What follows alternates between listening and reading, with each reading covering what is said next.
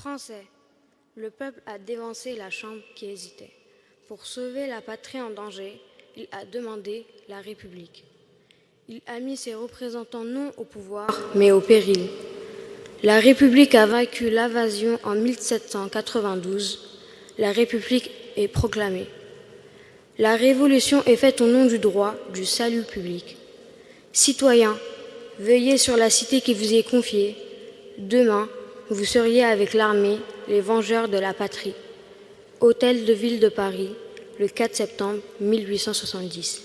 Signé Emmanuel Arago, Adolphe Crémieux, Pierre-Frédéric Dorian, Jules Favre, Jules Ferry, Guillaume Montpérou, Léon Gambetta, Louis-Antoine Garnier-Pagès, Joseph-Pierre Magnin, Francisque Ordinaire, Pierre-Albert Tachard, Eugène Paltin, Ernest Picard et Jules Simon.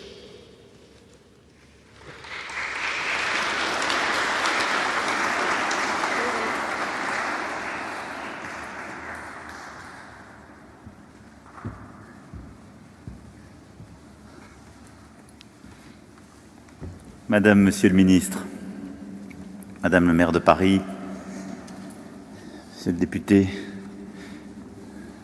Monsieur le préfet de police, Mesdames, Messieurs, en vos grades et qualités, cher Mathieu, Noura, Patricia, Catherine, Rana,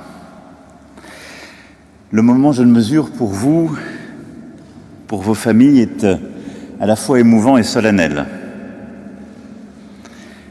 Non seulement vous accomplissez un rêve, devenir français, mais vous le faites dans un lieu à part, notre Panthéon, là où reposent les grandes femmes, les grands hommes, honorés par notre patrie, la vôtre désormais.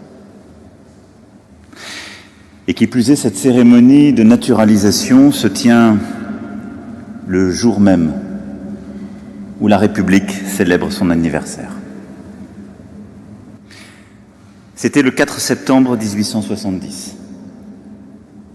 Alors que l'Empire venait d'être défait à Sedan, un jeune député de 32 ans, Léon Gambetta, répondait à l'appel du peuple de Paris et proclamait la République depuis le balcon de l'hôtel de ville. Léon Gambetta, dont nous venons d'entendre les mots, était comme vous. Un fils d'immigré, récent naturalisé, français de sang mêlé. C'est lui pourtant qui ressuscita la République, ce régime politique de liberté sous lequel nous vivons depuis 150 ans. Le pays manquait de se briser, la République, une fois encore, le sauva. Il y a tant d'autres Léon Gambetta. Tant de figures françaises, non par héritage, mais par les combats menés qui ont façonné notre histoire.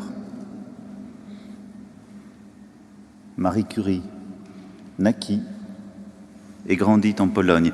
Elle reçut 2 prix Nobel, fit le choix de servir la France dans les tranchées comme simple infirmière, avant d'ouvrir aux femmes 2 portes qui leur étaient jusque-là fermées. Celles des chaires d'enseignement de la Sorbonne et les portes de bronze du Panthéon. Joséphine Baker, née américaine, choisit la France pour la faire briller de son talent et de son énergie. Elle aimait sa patrie d'adoption au point de risquer sa vie pour elle en entrant dans la résistance. Tant et tant de destins devenus français ainsi par leur combat. Bien d'autres héros, français par la naissance, nés parfois si loin de la métropole, ont porté si haut nos valeurs et marqué l'édification de notre République.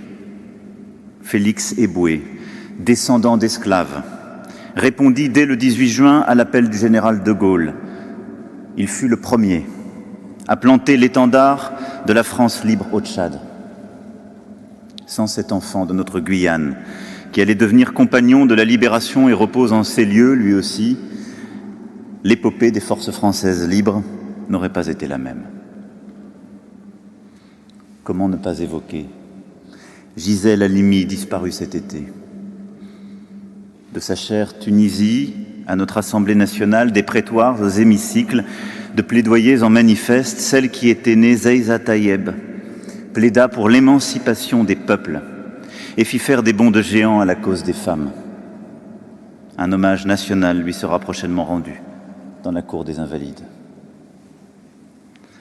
Léon Gambetta, Marie Curie, Félix Éboué, Joséphine Baker, Gisèle Halimi, autant d'exemples, avec d'autres figures que nous mettons à l'honneur en ce jour de vie en République. Autant de destins dont Mathieu, Nora, Patricia, Catherine, Rana, vous êtes aujourd'hui les légataires. Car c'est votre tour désormais. Votre tour aux côtés de tous les enfants de la République, par leur naissance et de tant et tant d'autres, par-delà la diversité de vos origines, vous qui venez du Royaume-Uni, d'Algérie, du Cameroun, du Pérou ou du Liban, d'écrire vos vies en République. Je ne parle pas là de façonner vos existences personnelles, vous avez tous déjà un métier, souvent une famille ici, mais d'endosser pleinement les habits de citoyens français, en vous hissant au-delà de vous-même. Devenir français, c'est en effet accepter d'être plus qu'un individu poursuivant ses intérêts propres, un citoyen qui concourt au bien commun, fait preuve de responsabilité vis-à-vis de ses compatriotes, qui cultive une vertu toute républicaine, des devoirs et des droits, mais toujours des devoirs d'abord. Devenir français, c'est avoir ancré en soi-même la conscience que, parce que la République est toujours fragile, toujours précaire, elle doit être un combat de chaque aube, une conquête de chaque jour, un patriotisme républicain de chaque instant. La République n'est pas donnée, jamais acquise, et je le dis ici aussi pour nos jeunes. C'est une conquête, et elle est toujours à protéger ou à reconquérir. La liberté d'abord. Liberté, liberté chérie, entonne la Marseillaise. Être français, c'est d'abord aimer passionnément la liberté. De Gaulle a évoqué le pacte 20 fois séculaire entre la France et la liberté du monde. À partir d'aujourd'hui, vous êtes liés par ce pacte. La liberté dans notre République est un bloc. C'est la liberté de participer au choix de ses dirigeants, et donc le droit de vote, mais qui est indissociable de la soumission au verdict des urnes, à la liberté collective du peuple. C'est la liberté de conscience, et en particulier la laïcité. Ce régime unique au monde, qui garantit la liberté de croire ou de ne pas croire, mais qui n'est pas séparable d'une liberté d'expression allant jusqu'au droit au blasphème. Et je le dis, au moment où s'ouvre le procès des attentats de janvier 2015, être français, c'est défendre le droit de faire rire, la liberté de railler, de moquer, de caricaturer, dont Voltaire soutenait qu'elle était la source de toutes les autres. Être français, c'est être toujours du côté des combattants de la liberté. Et plus encore, quand les renoncements prospèrent, quand la censure progresse. L'égalité. Être français, c'est reconnaître en chaque femme, en chaque homme, une même dignité. Être français, c'est aimer la justice. Abolition des privilèges et déclaration des droits de l'homme et du citoyen en 1789, suffrage universel masculin et abolition de l'esclavage par Schœlcher en 1848, droit de vote des femmes en 1944, abaissement de la majorité à 18 ans en 1974, abolition de la peine de mort en 1981. Vous vous inscrivez dans une belle et grande histoire, celle du progrès, de l'égalité des droits. Vous êtes aussi les continuateurs d'une marche encore inachevée vers l'égalité concrète, effective. Péguy, Jaurès, Blum, Mendès France ont porté haut la République sociale. Cette idée simple, au fond, chaque citoyen, quel que soit le lieu où il vit, le milieu d'où il vient, doit pouvoir construire sa vie par son travail, par son mérite. Nous sommes encore loin, trop loin de cet idéal. Combien encore d'enfants de France sont discriminés pour leur couleur de peau, leur nom? Combien de portes fermées à de jeunes femmes, de jeunes hommes parce qu'ils n'avaient pas les bons codes, n'étaient pas nés au bon endroit? L'égalité des chances n'est pas encore effective aujourd'hui dans notre République. C'est pourquoi elle est plus que jamais une priorité de ce quinquennat. Nous irons plus loin, plus fort dans les semaines à venir pour que la promesse républicaine soit tenue dans le concret des vies. Mais l'égalité, elle aussi, est un bloc. Des devoirs et des droits. L'égalité devant la loi implique ainsi que les lois de la République sont toujours supérieures aux règles particulières. C'est pourquoi il n'y aura jamais de place en France pour ceux qui, souvent au nom d'un Dieu, parfois avec l'aide de puissances étrangères, entendent imposer la loi d'un groupe. Non. La République, parce qu'elle est indivisible, n'admet aucune aventure séparatiste. Un projet de loi de lutte contre les séparatismes sera à cette fin présenté dès cet automne. La fraternité. Être français, c'est voir en son compatriote plus qu'un semblable, un des siens. Notre nation a ceci de singulier qu'elle a développé un État-providence, un modèle de protection sociale qui ne laisse personne au bord du chemin. Or, ce système unique au monde ne tient que par les liens toujours fragiles qui unissent nos concitoyens.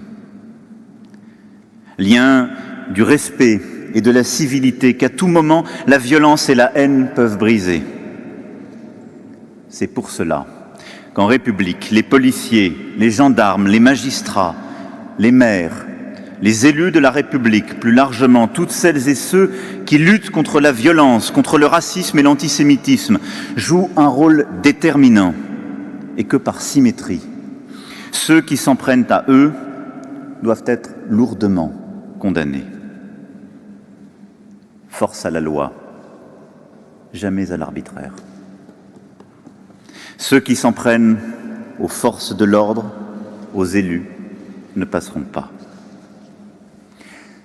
Lien de la solidarité et de l'engagement, notre État-providence a une nouvelle fois montré, lors de la pandémie que nous venons de traverser, sa force en accompagnant chaque Français. Et nous nous souviendrons longtemps du courage de nos soignants, du dévouement des bénévoles, de l'entraide entre voisins qui nous ont permis de faire face au plus fort de la crise. Mais là encore, la fraternité est un bloc. Elle ne peut vivre, perdurer, que si chacun reconnaît l'autre comme digne d'être aidé, accompagné. Elle repose sur chaque citoyen aussi, et pas simplement sur un État qui donnerait des droits. C'est pourquoi le partage d'un commun est décisif.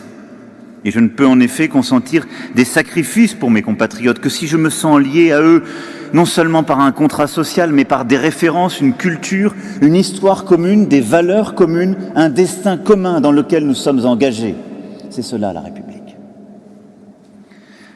La France, écrivait Marc Bloch, est la patrie dont je ne saurais déraciner mon cœur. J'ai bu aux sources de sa culture, j'ai fait mien son passé, je ne respire bien que sous son ciel. et je me suis efforcé à mon tour de la défendre de mon mieux. C'est tout cela, entrer en République française. Aimer nos paysages, notre histoire, notre culture, en bloc, toujours. Le Sacre de Reims est la fête de la Fédération. C'est pour cela que la République ne déboulonne pas de statut, ne choisit pas simplement une part de son histoire, car on ne choisit jamais une part de France, on choisit la France. La République commence, vous l'avez compris, bien avant la République elle-même, car ses valeurs sont enracinées dans notre histoire. Et devenir français, c'est l'épouser tout entière, et c'est aussi épouser une langue qui ne s'arrête pas à nos frontières, vous le savez parfaitement, mais qui fut aussi l'un des ciments de notre nation. Ma patrie, c'est la langue française, écrivait Camus. Maîtriser le français permet bien sûr de communiquer, d'échanger avec ses compatriotes, de comprendre notre droit, et c'est pour cela que la langue est un prérequis pour accéder à la nationalité. Mais maîtriser le français, c'est un passeport vers une culture, une histoire incomparable aux dimensions des 5 continents. C'est accéder à l'imaginaire de Hugo, Dumas, Zola, Malraux, Césaire, tous ici honorés au Panthéon. C'est accompagner les personnages de Mauriac, disparus il y a 50 ans, de tous ces écrivains dont la grandeur honore non seulement l'esprit français, mais le génie universel. Maîtriser notre langue, c'est plus encore toucher l'âme de la nation, une forme d'éternel français. La France est en effet l'un des rares pays qui, avec l'ordonnance de Villers-Cotterêts de 1539, a été comme créé, engendré par sa langue. Notre langue a forgé notre rapport à la liberté, à l'universel. L'abbé Grégoire, qui repose ici, lui aussi, ne disait-il pas que le français est l'idiome de la liberté? Notre langue est le berceau de la République bien avant qu'elle ne soit proclamée par les conventionnels de 1792. Parce que la République prend forme déjà dans les textes de Bodin à la Renaissance, elle s'affirme chez Condorcet, Rousseau et tous les penseurs des Lumières. Notre langue, c'est ce qui tient notre peuple, notre histoire. C'est ce qui fait que Charles Péguy pouvait clamer la République, notre royaume de France. En France, décidément, tout commence par les mots. La République, c'est une transmission. Et la République est une volonté. Jamais achevée, toujours à reconquérir. Et si elle tient depuis la Révolution, c'est parce qu'entre ceux qui l'ont rêvé, ceux qui l'ont fait advenir, ceux qui l'ont défendu, parfois dans les heures les plus tragiques de notre histoire, ceux qui l'ont renouvelé dans le projet européen, entre toutes ces femmes et tous ces hommes, s'est nouée une chaîne des temps qui a traversé les siècles. Et en ce jour anniversaire, ce n'est pas tant la joie qui domine, je dois bien l'avouer, qu'une forme de gravité lucide face aux menaces qui pèsent sur elle. Alors Mathieu, Noura, Patricia, Catherine, Rana, c'est à vous aujourd'hui de reprendre le flambeau avec beaucoup d'autres, de faire vivre la promesse républicaine dans ces bourrasques des temps. Reprendre le flambeau. Et le confier à notre jeunesse, représentée par des collégiens qui nous entourent ce matin. Notre jeunesse qui doit continuer de garder ce goût des rites républicains, le service national universel, beaucoup d'autres institutions y concourent. Notre école républicaine en a la mission. Et nos professeurs continuent d'en porter l'exigence. Notre jeunesse de France, à qui je souhaite d'aimer la République d'une passion toujours intacte. Ne croyez pas que ce ne sont que des mots, c'est toute une histoire. Ce sont ces destins et je n'en ai parlé que de quelques-uns. Aimez-la d'une passion toujours renouvelée, parce que mesurez chaque jour que c'est elle qui vous permet d'être des citoyens libres. C'est elle qui vous a fait naître libre, qui vous permet d'apprendre, d'être élevé dans la liberté, de juger, de savoir, de construire votre vie librement. Ça n'est pas donné partout, ça n'est pas été donné de tout temps. Alors à chaque fois que le drapeau tombera, il faudra le rehisser. À chaque fois que certains la menaceront, il faudra la défendre. Car d'autres avant vous l'ont défendue. Soyons donc tous rassemblés. Vous qui venez de rejoindre la communauté nationale, vous qui y êtes nés et qui y grandissez, et tous les enfants de la République, être français n'est jamais seulement une identité, c'est une citoyenneté. Ce sont des droits qui vont avec, mais ce sont aussi ses devoirs, c'est-à-dire l'adhésion à ses valeurs, à une histoire, à une langue, à une exigence qui tient la République debout car elle dépend de chacune et chacun d'entre nous à chaque instant. C'est un combat chaque jour recommencé. Alors ensemble, formons cette France unie qui peut tout vaincre. Et parce que, avec leur force d'âme, certaines et certains rejoignent aujourd'hui la République et que vous aurez à en reprendre le flambeau, alors avec confiance, oui, nous pourrons continuer encore longtemps de dire vive la République, vive la France.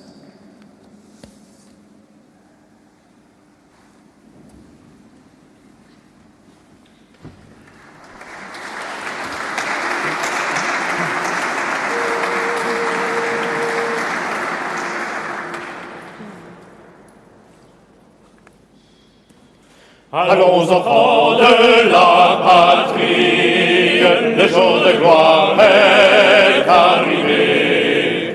Contre nous de la tyrannie, l'étendard sanglant élevé, l'étendard sanglant élevé. Entendez-vous, on les campagnes, mugir les féroces soldats. Ils viennent jusque dans nos bras, égorger nos fils, nos compagnes, aux arts.